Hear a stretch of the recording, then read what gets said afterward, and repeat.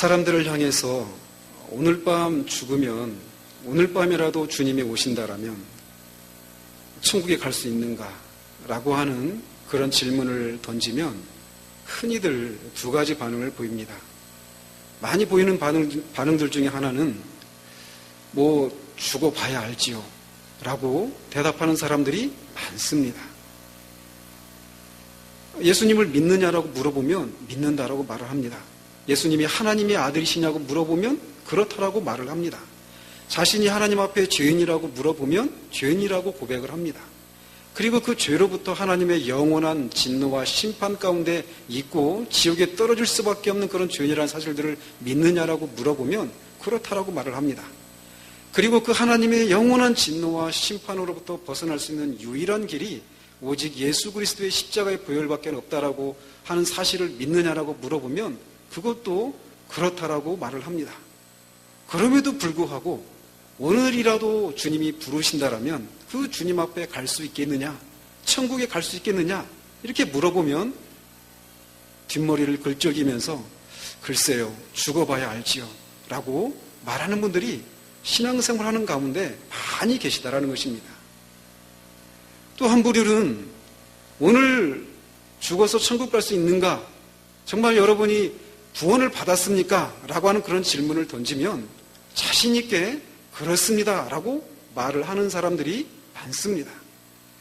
그런데 무엇을 근거로 해서 천국에 갈 수 있다라고 생각을 하십니까? 라고 물어보면 아까도 제가 말씀드린 것처럼 자신이 죄인이라는 사실들을 깨닫고 그 죄로부터 벗어날 수 있는 유일한 길은 우리 주 예수 그리스도의 십자가의 보혈밖에 없습니다 라고 하는 바른 신앙 고백을 하고 있음에도 불구하고 그의 삶을 들여다보면 전혀 구원받지 못한 사람처럼 살아가는 그런 삶을 살고 있음에도 불구하고 나는 천국 갈 수 있습니다 라고 말하는 사람들이 많다라는 것입니다. 그래서 사람들이 구원의 문제에 대해서 자신이 정말 구원을 받았는가 그렇지 않은가를 묻는 그 질문들을 많은 경우에들은 부담스러워합니다. 마치 예수님을 믿는다라고 나는 그래도 구원받았다라고 생각하면서 수십 년을 신앙생활을 해왔는데 만약 내가 정말 구원받지 못한 것으로 드러나면 어떻게 될까라고 하는 그런 두려움들을 일말의 두려움들을 가지고 있습니다. 그런데 그런 두려움들을 가지고 있는 사람들로 하여금 그러면 구원받은 사람들에게 있는 삶의 모습이 어떤 것인지를 한번 성경을 보고 한번 살펴봅시다 라고 성경을 가지고 얘기를 하기 시작하면 두려워한다라는 것입니다. 마치 어르신들이 다 그러시지는 않지만 많은 어르신들이 자기 속에서 뭔가 어떤 불편함을 느끼고 뭔가 아픈 것 같고 내가 큰 병이라도 걸린 것 같다라고 하는 그런 생각을 가지고 있음에도 불구하고 병원에 가서 내시경을 통해서 아니면 정밀 그런 조직세포를 이렇게 떼서 정밀 검사를 하는 것을 두려워하는 거죠. 그렇게라도 검사했다가 만약에 정말 큰 병이라도 걸렸으면 어떻게 하나? 그런 생각 때문에 건강검진을 두려워하는 것처럼 자신의 영혼의 문제에 대해서도 하나님의 말씀이 무엇이라고 말하는가에 대해서 정직하게 직면하고 서는 것을 두려워하는 경우들이 많다라는 것입니다. 그러나 건강검진을 하지 않으면 자신 안에 있는 질병이 무엇인지를 발견하지 않았기 때문에 암이라든지 어떤 큰 병이 발견되지 않았기 때문에 조금은 안심하고 살 수 있을지 모르지만 그 몸 가운데 있는 그 질병이 주는 고통을 없앨 수는 없다라는 것입니다. 마찬가지로 우리 영혼과 관련된 문제들을 하나님의 말씀 앞에 정직하게 들여다보는 것을 통해서 우리 안에서 고통스럽고 때로는 기분이 나쁘기도 하고 두려움이 일어날 수도 있지만 그런 것을 피하기 위해서 말씀 앞에 자신의 영혼의 문제를 들여다보지 않는다라면 절대로 하나님이 주시는 평강을 맛볼 수가 없다라는 것입니다. 그러므로 우리는 1차적으로 성경에서 우리가 구원을 받았다라는 것을 죽은 다음에야 알 수 있는가라고 말하는 것을 먼저 살펴볼 필요가 있습니다. 결론적으로 말씀을 드리면 성경은 우리가 죽은 다음에야 우리가 구원을 받았는가 받지 않았는가를 알 수 있는 것이 아니라 이 땅에 살고 있는 동안에도 우리가 구원을 받았다는 것을 분명히 알 수 있다고 하고 있다는 것입니다. 이거는 제 얘기가 아니라 성경이 말을 하고 있는 것입니다. 진짜인지 한번 신약성경 요한일서 5장 13절을 찾아보시기 바랍니다. 신약성경 요한일서 5장 13절입니다. 제가 가진 성경은 394쪽에 있는데 같이 한번 읽도록 하겠습니다. 요한일서 5장 13절 같이 읽겠습니다. 시작. 내가 하나님의 아들의 이름을 믿는 너희에게 이것을 쓰는 것은 너희로 하여금 너희에게 영생이 있음을 알게 하려 함이라. 아멘이십니까? 성경이 분명하게 이 편지를 받고 있는 사람들이 예수 그리스도를, 하나님의 아들이신 예수 그리스도를 믿음으로 말미암아 그 안에 영생이 있다는 것을 이 편지를 받는 사람들이 알 수 있도록 하기 위해서 이 편지를 썼다고 말을 하고 있습니다. 죽은 다음에 영생이 있다는 것을 확인하는 것이 아니라 이미 이 땅에 살고 있는 동안에 우리 안에 영생이 있다는 것을 알 수 있다는 것입니다. 그러므로 오늘 죽으면 천국에 갈 수 있는가 이런 질문을 받으시면 글쎄요, 죽은 다음에야 가봐야 알 수 있겠죠, 이렇게 말씀하시지 마십시오. 우리가 알 수 있다는 것이에요. 그렇기 때문에 고린도 후서 13장 5절에서는 이렇게 말을 하고 있습니다. 제가 읽어드리겠습니다. 너희는 믿음 안에 있는가 너희 자신을 시험하고 너희 자신을 확증하라. 예수 그리스도께서 너희 안에 계신 줄을 너희가 스스로 알지 못하느냐? 그렇지 않으면 너희는 버림받은 자니라. 여기서도 분명하게 사도 바울이 말을 합니다. 너희가 믿음 안에 있는가? 너희 안에 예수 그리스도께서 계시는가 계시지 않는가를 시험하고 확증하라는 것입니다. 그렇게 자신을 내가 정말 믿음 안에 있는가, 내 안에 그리스도께서 계시는가를 시험하고 확증해서 그 안에 예수님이 계시다라는 것을 알면 믿음 안에 있고 구원을 받은 자요. 그렇게 시험을 했는데 자기 안에 그리스도께서 계시지 않다라는 것이 드러나면 그 사람은 버림을 받은 것이라는 것입니다. 조심스러운 것은 자기가 구원을 받았는가 받지 않았는가를 확신하느냐 확신하지 않는가가 그 사람이 구원을 받았는가 받지 않았는가를 결정해 주는 것은 아닙니다. 제가 말씀드리고 싶은 것은 구원받은 사람은 자기가 구원받았다는 것을 확신할 수 있다는 것입니다. 개중에는 구원받았음에도 불구하고 자기가 구원받은 줄을 모르고 그렇게 평생을 살아가는 사람들이 있습니다. 그런데 문제는 성경에서 지금 내가 구원을 받았고 내 안에 영생이 있는지, 그리스도께서 내 안에 계시는지, 내가 믿음 안에 있는지를 시험하고 확증하라고 우리에게 명령하고 계시다라는 것입니다. 이게 성경의 가르침입니다. 그런데 많은 경우에 자기가 그런 시험하는 것을 통해서 자기가 구원받지 못한 사람으로 드러나면 어떻게 될 것인가라고 하는 그런 두려움들 때문에 말씀 앞에 자신의 영혼을 들여다보지 않는 거예요. 그러나 자신의 영혼의 문제를 말씀에 비추어서 시험하라고 하는 것은 성경의 가르침입니다. 성경의 명령이에요. 그러므로 우리는 다 자신이 구원을 받았는지, 믿음 안에 있는지, 내 안에 그리스도께서 계시는지, 성령님이 계시는지, 내가 하나님의 자녀인지, 오늘이라도 죽으면 천국에 갈 수 있는지를 분명하게 확증해야 된다는 것입니다. 만약에 우리 아이들이, 저도 어렸을 때 그런 얘기를 이렇게 듣곤 했는데, 어른들이 아이들한테 그런 이렇게 놀리듯이 하는 얘기가 있었지 않습니까? 엄마 아들 맞아? 이렇게 질문하면 우스갯소리로 너 다리 밑에서 주워왔어. 이런 얘기 듣곤 했었습니다.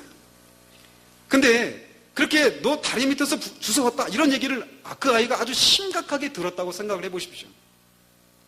그래서 자신이 엄마 아빠하고 자신하고 다른 모습을 발견할 때마다 나는 엄마 아빠 자녀가 아닌가 봐. 나는 정말 다리 밑에서 주워왔나 봐. 이렇게 생각을 하면서 평생을 산다고 생각해 보십시오. 정상적인 부모 자녀 간의 관계를 누릴 수 있겠습니까? 자기가 정말 부모, 엄마, 아빠의 자녀라는 것을 확신하지 못하는 그 아이가 정상적인 부모, 자녀 간의 관계를 누릴 수 있겠느냐라는 거예요. 정상적인 관계를 누릴 수가 없을 것입니다. 조금이라도 자신 안에서 엄마, 아빠와 다른 모습을 발견할 때마다 옛날에 나한테 다리 밑에서 주워왔다고 했는데 정말인가 봐.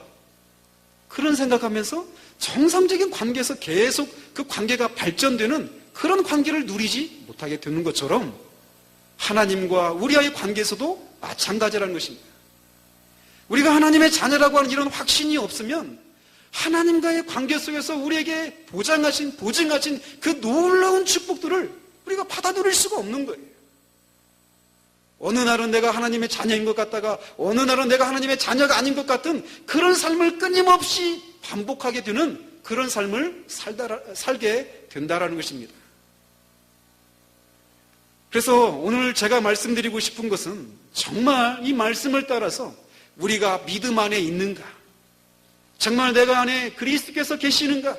내가 정말 영생을 소유한 사람인가를 확증하는 그런 시간을 갖고자 하는 것입니다. 정말 이 세상에서 가장 불쌍한 사람이 있다라고 하면 아마 오늘 본문에 나오는 사람들일 것입니다. 주여 주여 하는 자마다 다 천국에 갈 자가 아니라는 것입니다. 여기에 나오는 사람들은 여기 나오는 사람들에게 누군가가 당신 오늘 죽어도 천국에 갈 수 있습니까? 이런 질문을 하면 당연하지 라고 자신 있게 말할 수 있었던 사람들일 것입니다. 그런데 문제는 자신들은 당연히 나는 천국에 갈 수 있는 사람이다 라고 그렇게 자신할 수 있었던 이 사람들을 향해서 예수님께서 마지막 날에 나는 너희를 도무지 알지 못한다라고 말씀하신다라는 거예요. 이 사람들은 거짓된 확신 가운데 있었던 것입니다. 성경에서 말하고 있는 구원받은 사람들에게 있는 그런 삶의 표지들의 근거에서 이런 말씀을 보니까 내가 구원받은 사람이 맞구나 라고 하는 그런 확신이 아니라 자기 자신에게서 비롯된 그런 거짓 확신 가운데 있었던 것이라는 거예요. 그렇다면 이 사람들이 사로잡혔던 거짓된 확신이 어떤 것인지 한번 말씀을 살펴보도록 하겠습니다. 이 사람들은 자신을 마지막 날에 예수님이 아까 우리가 찬양을 불렀지만 예수님이 오시면 뭐라 말할까? 그때에는 부끄러움이 없어야지. 우리 서로 사랑해. 이런 찬양을 불렀지 않습니까? 예수님이 반드시 오십니다. 지금은 하나님 보좌 우편에 앉아 계시지만 우리가 매주마다 신앙 고백하는 것처럼 저리로서 산자와 죽은 자를 심판하러 반드시 오십니다. 그날 주님은 사랑의 주님이시지만 동시에 심판주로 오십니다. 그래서 이 땅을 살아갔던 믿는 사람이건 믿지 않는 사람이건 거짓된 확신을 가지고 있었던 사람이건 참된 확신 가운데 있었던 사람이건 주님을 위해서 충성했던 사람이건 충성하지 않았던 사람이건 이교도를 믿었던 사람들이건 그렇지 않은 사람이건 그 모든 사람이 예수님 앞에 서게 되어 있습니다. 그래서 자신의 삶을 통해서 드러낸 그 모든 삶의 열매들을 가지고 주님 앞에 서게 되어 있어요.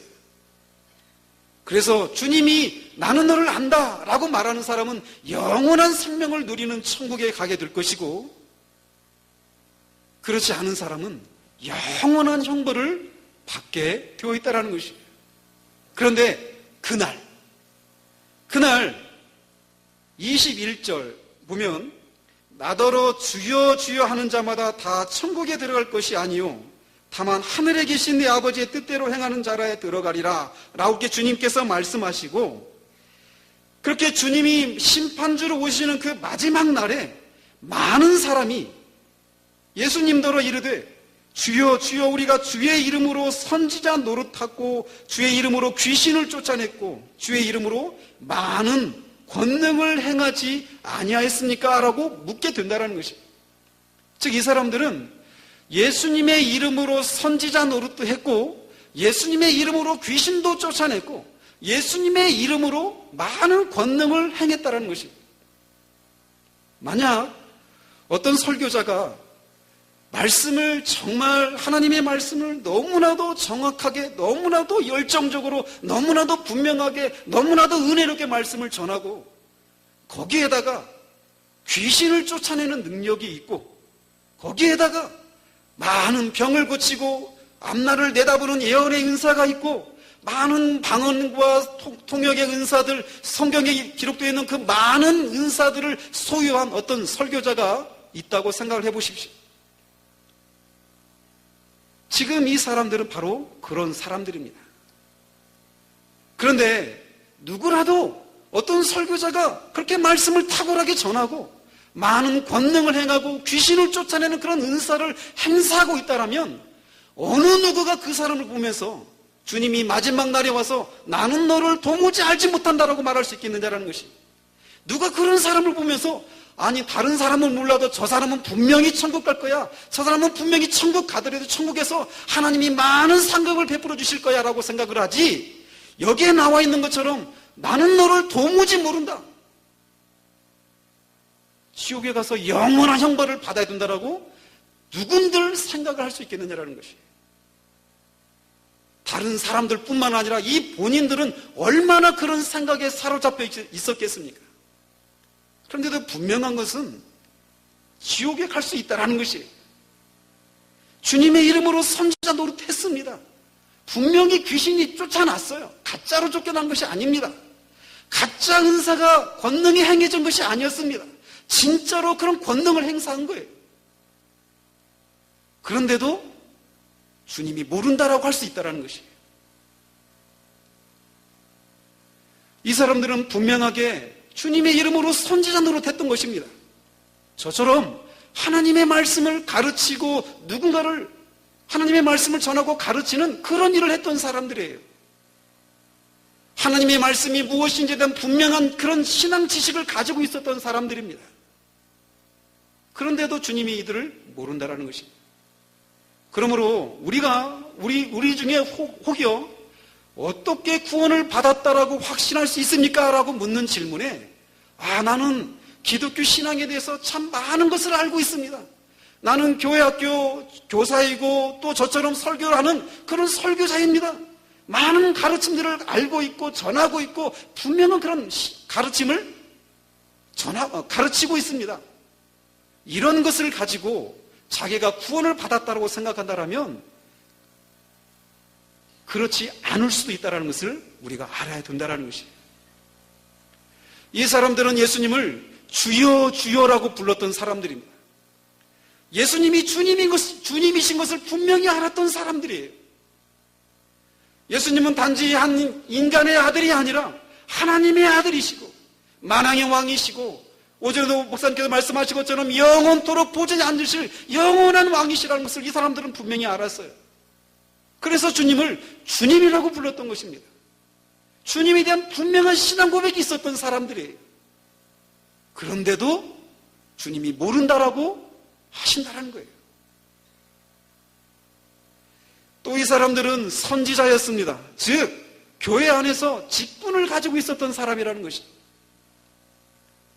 선지자라고 하는 직분을 가졌던 것처럼 많은 사람들이 오늘 구원을 받았습니까? 라고 하는 그 질문에 구원 받았습니다 라고 하는 그런 이유로 내가 교회 안에서 집사고 장로고 목사고 선교사라고 하는 교회 안에서 맡고 있는 그런 직분을 따라서 나는 구원 받았습니다라고 생각하는 사람들이 있다면 오늘 이 사람들을 향해서 하시는 말씀을 주의 깊게 들으시라는 것입니다.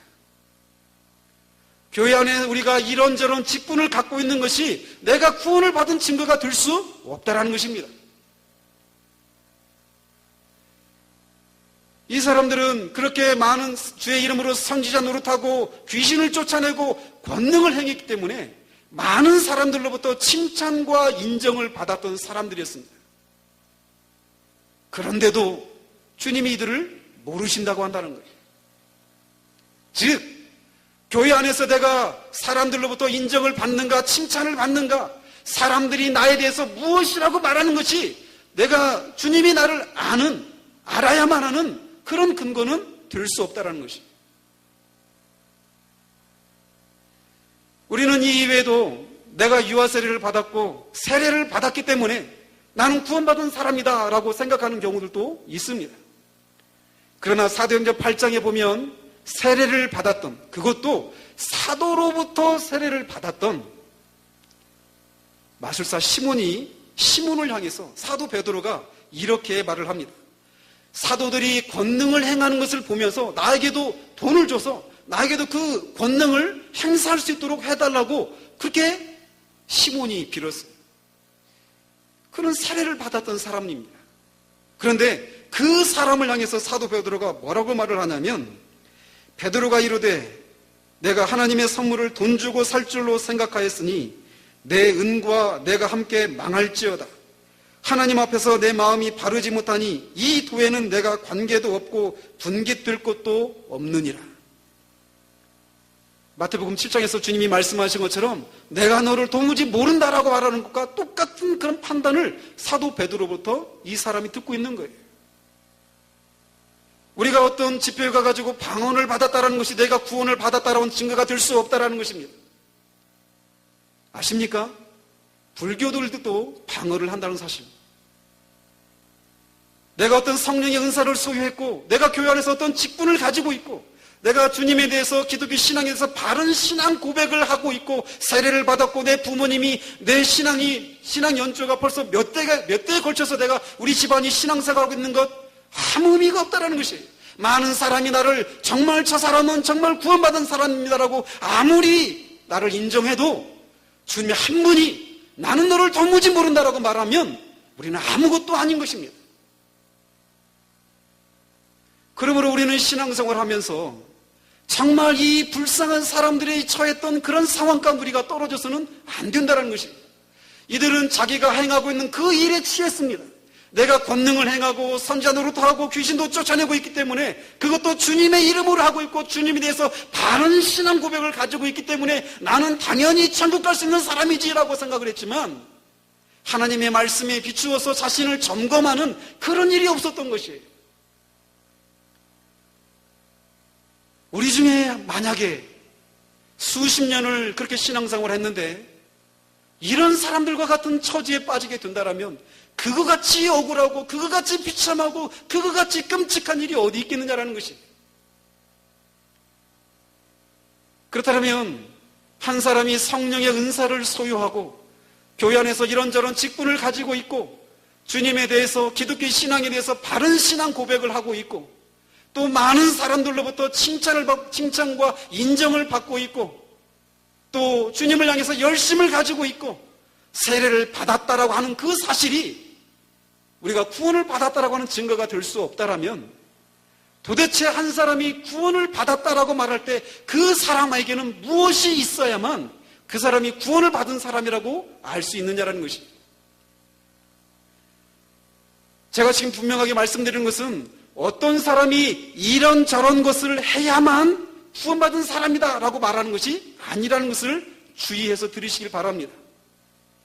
우리가 구원을 받는 것은 우리가 죄인임에도 불구하고 그래서 거룩하신 하나님 앞에 우리가 영원토록 형벌을 받아야 마땅한 그런 죄인임에도 불구하고 하나님이 유일한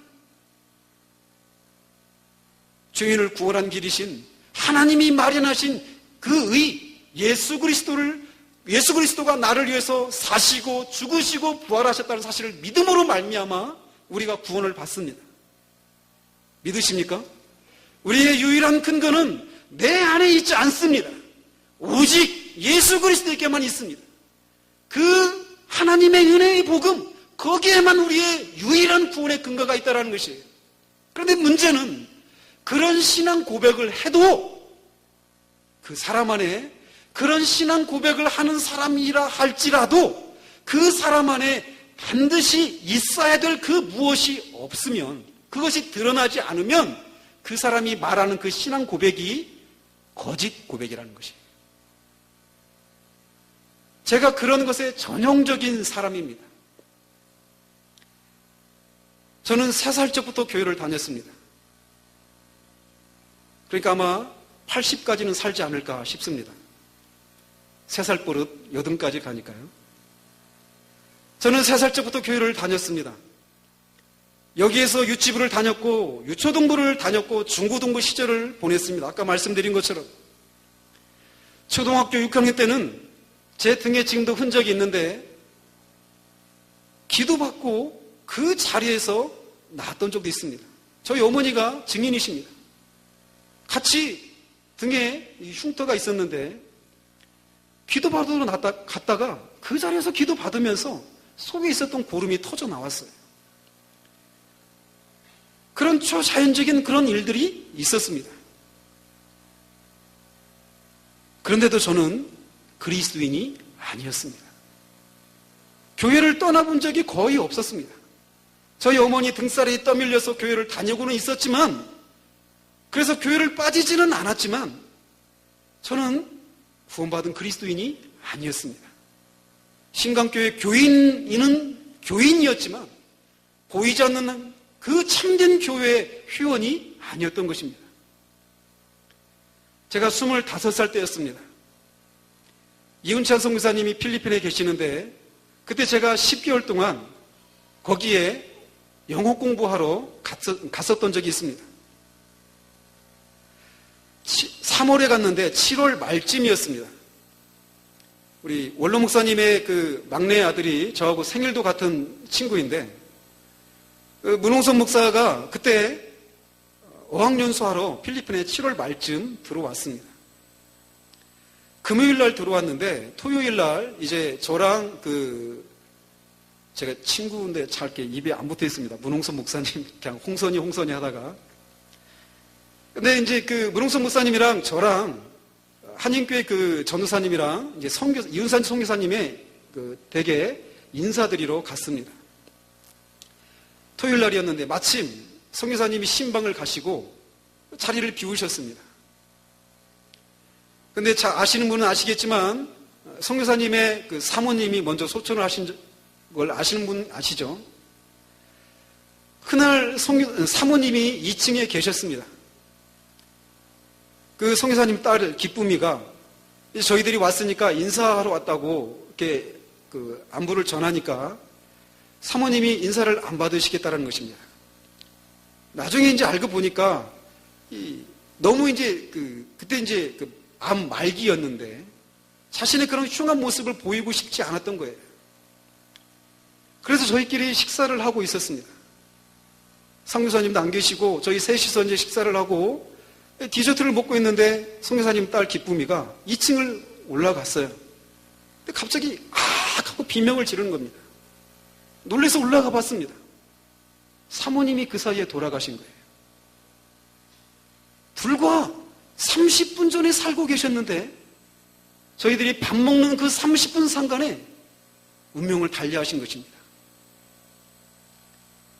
올라가서 보니까 소파에 앉으신 채로 고개를 떨구시고 눈은 이렇게 치켜뜨시고 막 퉁퉁 부은 얼굴로 칵 말랐는데 퉁퉁 부은 얼굴로 그렇게 소파에 앉으신 채로 돌아가신 거예요.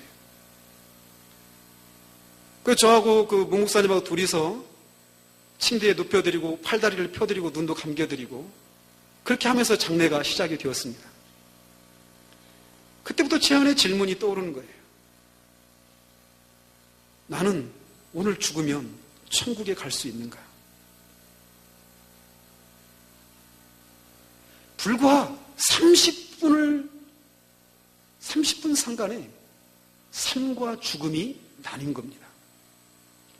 그때가 제가 25살 때니까 그 뒤로 19년이 지났습니다. 그러니까 지금 제가 어떻게 되는지 아시겠죠?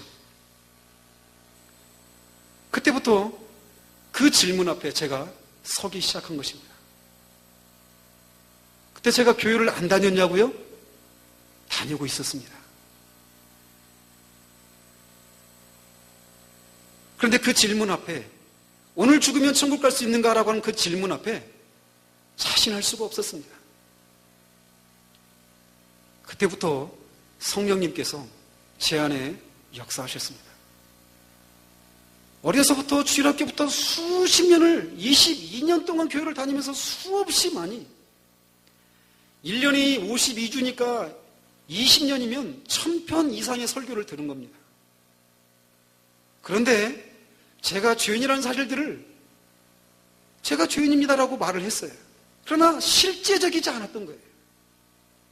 그러면서 하나님께서 제가 죄인이라는 사실들을 깨닫게 하면서 회개하게 하시고 정말 예수님이 그런 나 같은 죄인을 위해서 십자가에 죽으시고 부활하셨다는 사실들을 정말 믿어지게 하시는 거예요. 그러면서 제가 완전히 바뀌어서 오게 되었습니다. 여기 제 친구도 있습니다. 제가 대학 때 얼마나 망나니 같은 삶을 살았는지 거기서 주님을 만나고 저를 보는 친구들이 그래요. 너 필리핀 갔다 오더니 수도승 돼가지고 왔냐고. 말씀드리고 싶은 것은 제가 그런 일을 지나면서 여전히 저도 세례를 받았고 주일학교도 계속 다녔고 내가 죄인이라는 사실들을 수없이 듣고 있었고 예수님이 죄인을 위해서 십자가에 죽으시고 부활하셨던 사실들을 수십 번, 수백 번, 수천 번도 더 들었던 제가 그것이 말하는 실제적인 의미가 무엇인지를 그제서야 비로소 깨닫게 되면서 제 눈이 열리게 된 거예요. 그러면서 제 마음에 타오르는 것이 무엇이냐면 저처럼 교회 안에 있으면서도 진짜 자신이 바른 고백을 하고 있습니다. 신앙의 고백을 하고 주님에 대해서 바른 신앙의 고백을 하고 있고 직분을 행하고 있고 이런저런 은사를 행하고 있고 사람들로부터 많은 인정을 받고 있는 사람들이라 할지라도 성경에서 말하고 있는 그런 구원의 근거에 근거하지 않은 그런 신앙생활을 하고 있는 사람들이 너무나도 많다는 것을 보기 시작한 것입니다. 그렇다면 이렇게 주님의 이름으로 귀신도 쫓고 많은 권능도 행하고 선지자 노릇도 하고 주님을 주여 주여라고 부르는 그런 열심과 바른 신앙 고백을 하고 있는 이 사람들조차도 주님이 나는 너를 도무지 모른다라고 말을 한다면 도대체 누가 구원을 받은 사람이라고 할 수 있느냐라는 거예요. 요한 1서를 보시기 바랍니다. 제가 몇 구절을 살펴보도록 하겠습니다. 구원받은 자들에게는 반드시 바른 신앙 고백과 함께 바른 신앙 고백이 없는 구원받은 사람은 없습니다. 반드시 주님이 나의 구세주이십니다. 나는 주님밖에는 소망이 없는 사람입니다. 내 안에는 구원을 이룰 수 있는 근거나 힘과 능력이 아무것도 없습니다. 오직 하나님이 베푸시는 은혜의 도움밖에는 나에게 소망이 없습니다라고 하는 분명한 신앙 고백을 해야 돼요. 그걸 인정하는 일들이 분명히 있습니다. 그런데 그렇게 인정하는 사람에게는 반드시 주님이 말씀하신 것처럼 아버지의 뜻대로 행하는 그런 모습이 있다는 거예요. 삶의 열매가 분명히 그들 가운데 나타나게 되어 있다는 것입니다. 제가 지금 살펴보고 싶은 것은 그렇다면 그렇게 구원받은 사람들에게서 그 바른 신앙 고백을 하면서 구원받은 사람에게서 반드시 나타나는 삶의 열매들이 무엇인지를 제가 빠르게 한번 살펴보도록 하겠습니다. 요한1서 1장 5절부터 7절을 한번 보시기 바랍니다. 제가 지금부터는 계속 요한1서를 살펴보려고 합니다. 요한1서 1장 5절부터 7절까지 같이 한번 읽도록 하겠습니다. 우리가 그에게서 듣고 너에게 전하는 소식은 이것이니 곧 하나님은 빛이시라. 그에게는 어둠이 조금도 없으시다는 것이니라. 만일 우리가 하나님과 사귐이 있다 하고 어둠에 행하면 거짓말을 하고 진리를 행하지 아니함 이거니와 그가 빛 가운데 계신 것 같이 우리도 빛 가운데 행하면 우리가 서로 사귐이 있고 그 아들 예수의 피가 우리를 모든 죄에서 깨끗하게 하실 것이요. 아멘.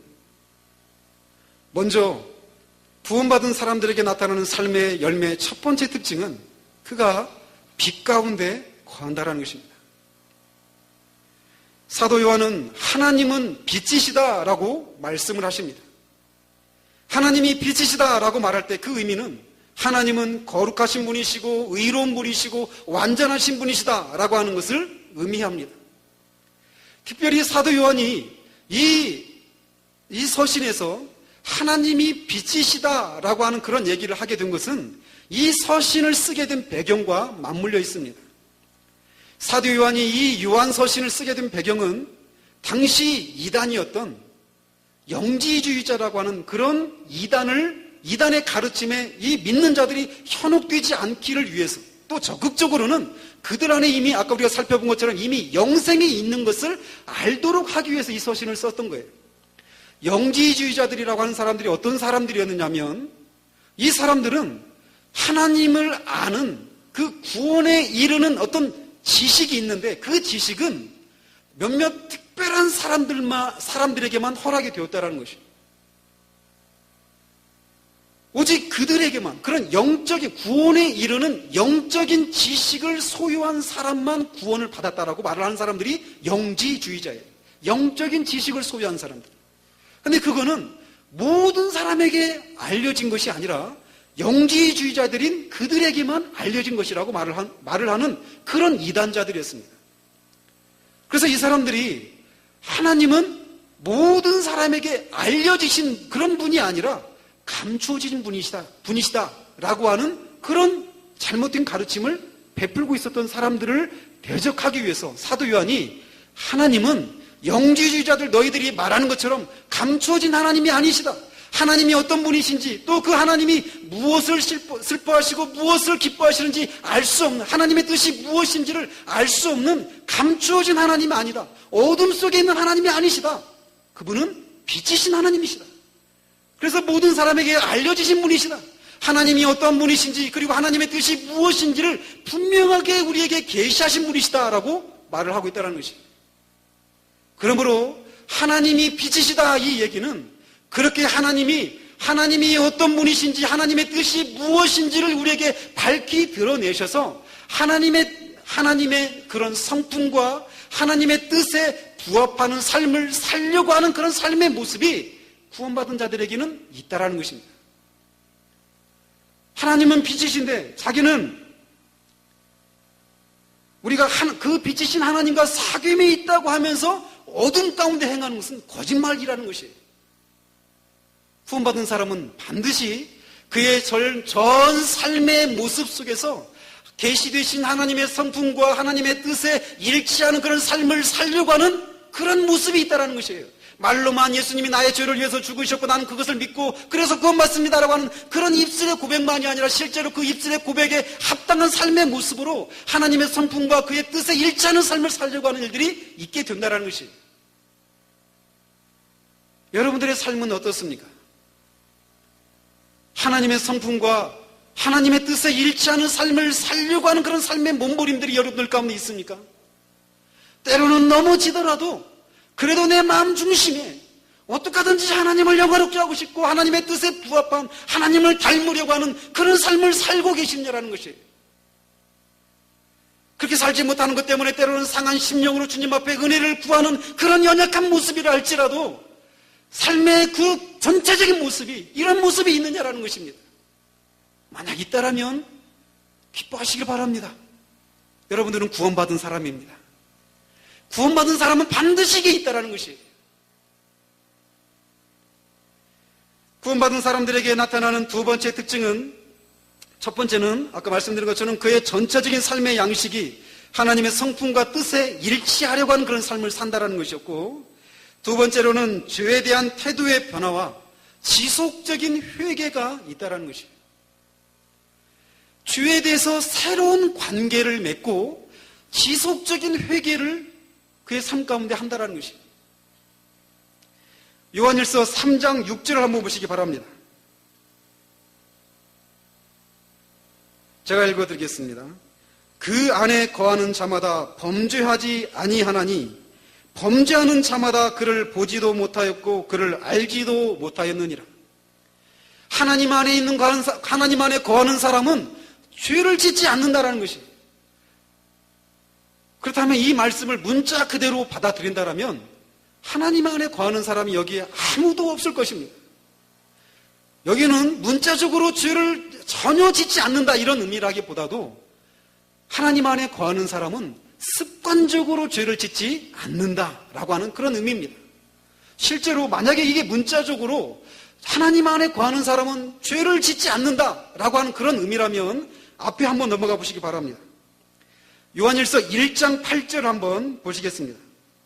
1장 8절에 만일 우리가 죄가 없다고 말하면 스스로 속이고 또 진리가 우리 속에 있지 아니할 것이요.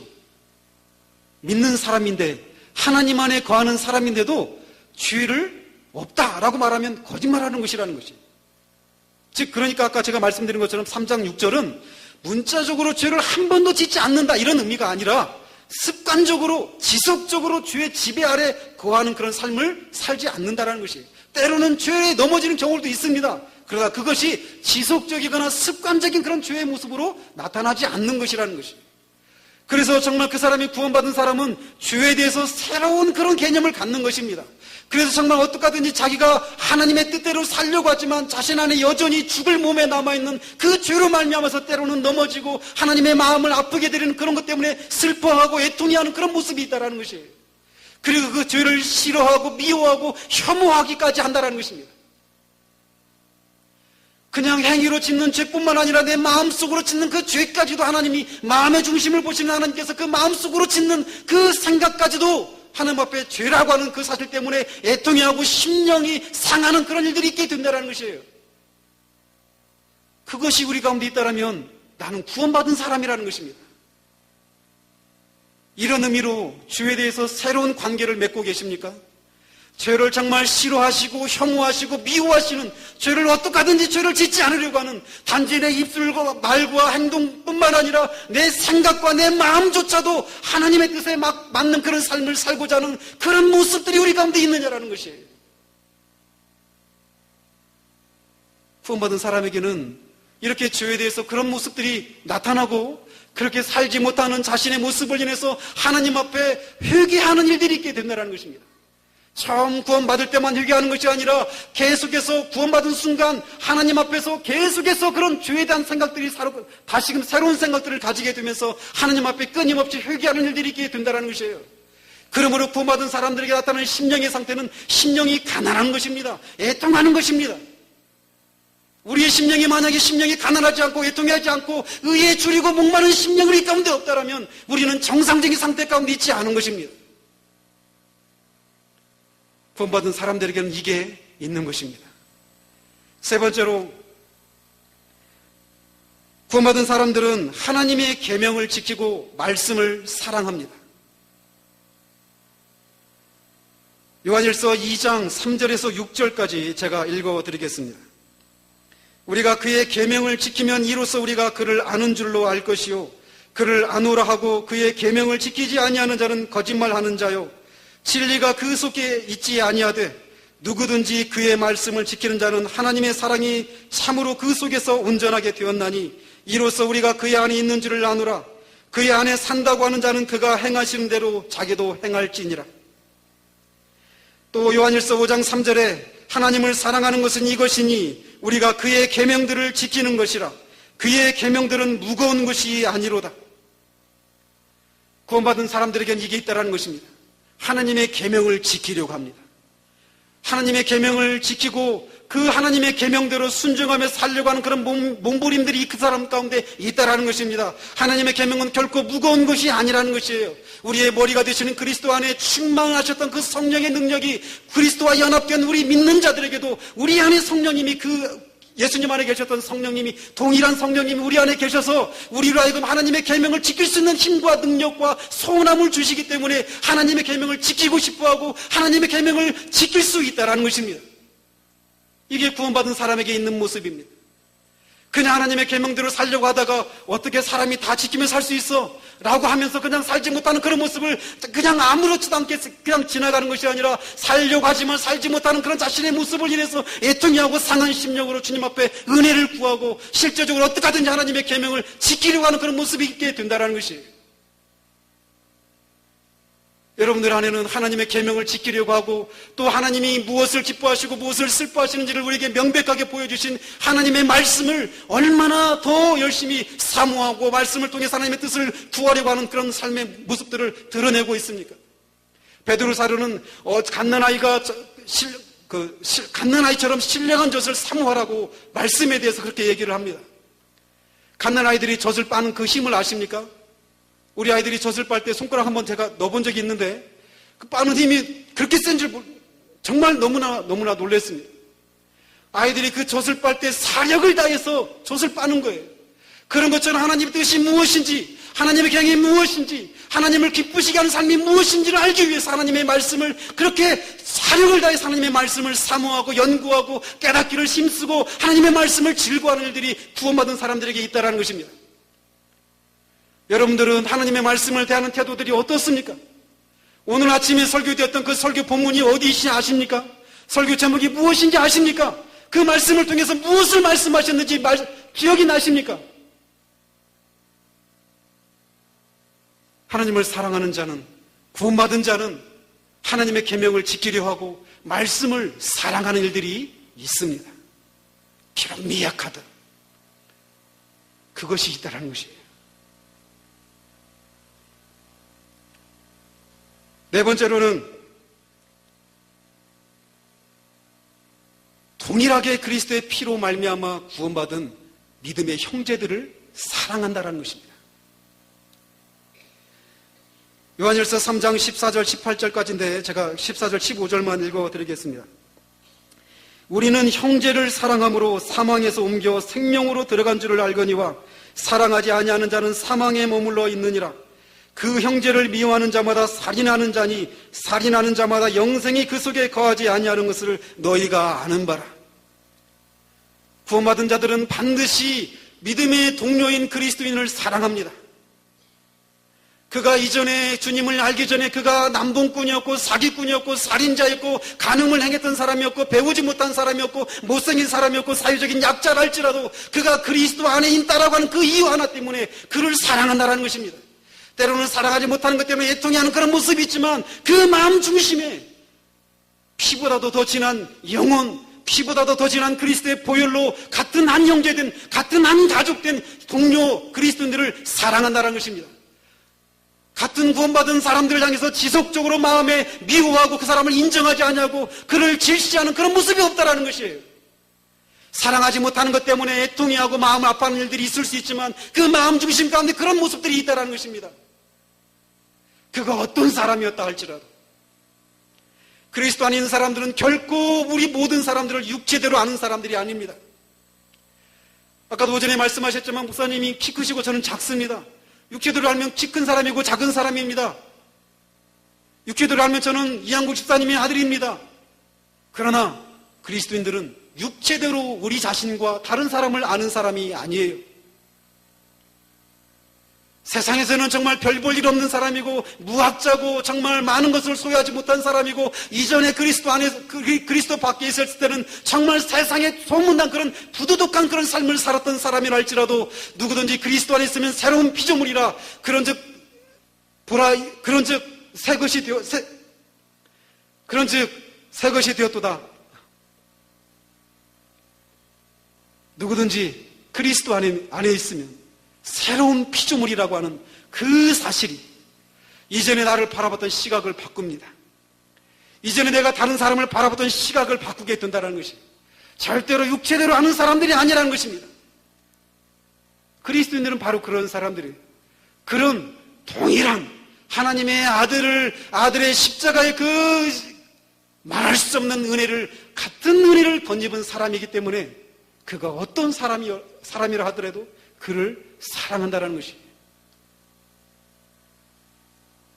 여러분이 정말 옆에 있는 사람들을 그리스도 안에서 보고 그리스도께서 나를 받으신 것처럼 그도 받으셨다는 것을 안다면 그리스도인들은 동료 그리스도인들을 그렇게 사랑하게 된다는 것이. 이것이 있다면 우리는 구원받은 사람이라는 것입니다. 마지막으로 구원받은 사람들은 세상을 사랑하지 않는 그런 사람입니다. 요한일서 2장 15절 17절 이 세상이나 세상에 있는 것들을 사랑하지 말라. 누구든지 세상을 사랑하면 아버지의 사랑이 그 안에 있지 아니하니 이는 세상에 있는 모든 것이 육신의 정욕과 안목의 정욕과 이생의 자랑이니 다 아버지께로부터 온 것이 아니요 세상으로부터 온 것이라. 이 세상도 그 정욕도 지나가되 오직 하나님의 뜻을 행하는 자는 영원히 거하느니라. 구원받은 사람들은 세상으로부터 구원받은 것입니다. 우리가 구원받은 세상은 어떤 곳입니까?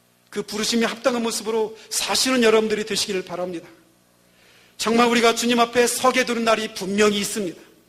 그 날이 있다라는 것이 정말 우리가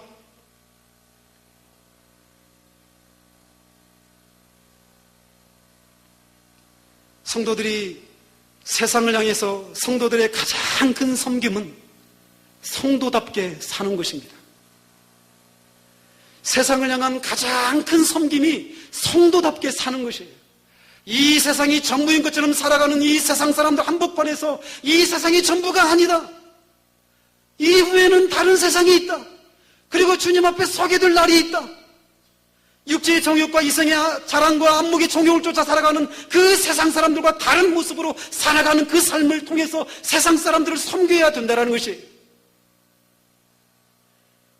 그러므로 우리는 다시금 우리의 삶의 자리를 돌아보고 정말 주님이 나를 부르신 그 부르심에 합당한 모습으로 살고 있는지, 처음 행위보다 더 많은 행위들을 갖고 있는지, 처음 사랑보다 더 큰 사랑이 내 가운데 여전히 샘솟듯이 솟아나고 있는지, 아니면 최소한 그렇지 못한 현실을 인해서 애통이 하고 심령이 가난하고 정말 주님이시요, 주님이 오셔야만, 주님이 정말 이 썩을 몸을 벗게 하셔야만 내가 주님 앞에 아무런 막힘도 없이 아무런 제재도 없이 주님을 마음껏 사랑할 수 있습니다. 아멘. 주 예수여 오시옵소서라고 하는 그런 삶이 우리 가운데 있어야 된다는 것입니다.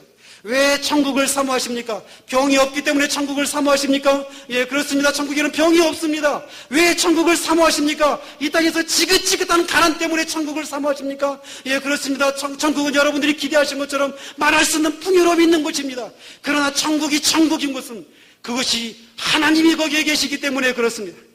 우리의 영원한 사랑과 존경과 영광과 찬송을 받으시기에 합당하신 그 하나님이 거기에 계시기 때문에 천국이 천국인 것입니다. 만약 천국에 정말 병도 없고 눈물도 없고 슬픔도 없고 아무런 가난한 것도 없는 그런 곳이지만 그곳에 하나님이 안 계시다면 저는 그곳에 가지 않겠습니다. 그런 것은 더 이상 천국이 아니기 때문에 그렇습니다. 무엇 때문에 천국을 사모하십니까? 천국을 사모하는 모습들이 여러분 가운데 있습니까? 만약에 없더라면 여러분들 안에서 죄에 대한 그런 통렬한 회개와 지속적인 하나님의 계명을 지키려고 하는 그런 모습 속에서 여러분의 연약함들을, 그런 불안전함들을 보지 못하는 그런 무뎌짐 가운데 있기 때문에 그렇다는 것입니다. 그러므로 다시금 정말 구원받은 사람들에게 있는 이 삶의 특징들을 다시금 정직하게 여러분에게 적용하면서 정말 다시금 아멘 주 예수여 오시옵소서, 정말 이 썩을 몸을 벗고 주님을 마음껏 완전히 아무런 막힘없이 사랑할 수 있는 그날이 속히 오게 하시옵소서라고 하는 그런 기도 제목이 여러분들의 기도 제목들이 되어지기를 바랍니다. 그러나 만약 여전히 내가 교회 안에서 직분을 가지고 있기 때문에, 교회를 다닌 지 수십 년이 됐기 때문에, 내가 이런저런 은사들을 경험했기 때문에, 능력을 행하고 있기 때문에, 바른 가르침들을 전하고 있고 그런 것들을 인정하고 있기 때문에 그것만으로 여러분이 구원을 받았다고 생각한다면 그 자리에서 벗어나시길 바랍니다. 주님이 내가 너를 안다라고 말하는 그 성경적인 기준에 맞춰서 여러분들을 정직하게 살펴보시기를 바랍니다. 하나님은 거룩하신 분이십니다. 뇌물을 받지 않으시는 분이십니다. 그래서 우리가 그날에 아무리 하나님 앞에, 주님 앞에 정말 주님 앞에 내가 얼마나 구원받기 합당한 사람인지를 아무리 변명을 해도 하나님은 그것에 의해서 움직이지 않으시는 분이시라는 것이에요. 하나님은 죄를 참아보지 못하시는, 소멸하시기까지 하시는 분이십니다.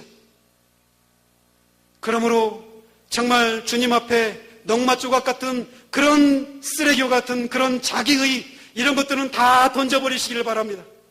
정말 내가 구원을 받을 수만 있다면 이 세상에서 어떤 대가를 치르더라도 정말 구원을 받을 수 있다면이라고 하는 그런 생각으로 주님을 찾으시길 바랍니다. 말씀을 경청하시기를 바랍니다. 정말 성령께서 그 자신이 죄인한 것들을 깨닫게 하시고 정말 예수님이 자신을 위해서 죽으셨고 정말 내 안에 그렇게 믿는 자들마다 영원한 생명을 주시는 그런 자비와 은혜가 풍성하신 분이심을 믿고 주님 앞에 간구하시는 여러분들이 되시길 바랍니다.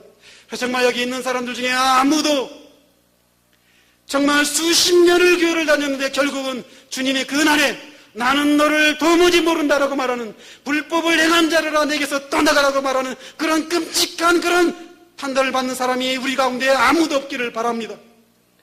너무 늦기 전에 말입니다. 기도하겠습니다.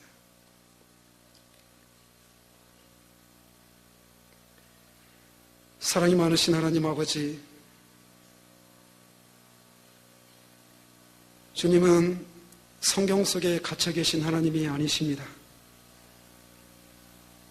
수천 년 전에 기록된 수천 년 전의 역사 속에서 드러내셨던 하나님이 지금도 동일하시고 이후에도 영원토록 변함이 없으신 하나님이심을 주님 앞에 고백을 드립니다. 주님은 거룩하셔서 죄인을 인정치 아니하시고 죄를 참아보지 못하고 소멸하시기까지 하시는 그런 분이신 것을 주님 앞에 고백을 드립니다.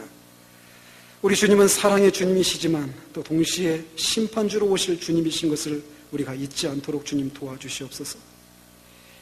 정말 그리하여서 정말 이 마태복음 7장에 있었던 사람들처럼 잘못된 근거들을 가지고 자신이 구원을 받았다고 생각하는 사람들이 우리 가운데 있다라면 주님이시여 긍휼과 자비를 베풀어 주셔서 너무 늦기 전에 그 생명 없는 길에서 아무런 주님 앞에 아무런 의미가 없는 그 자기의의 길에서 돌이키게 하시고 정말 오직 주님만을 정말 의지하는 그런 일들이 일어날 수 있도록 주님 도우시기를 원합니다.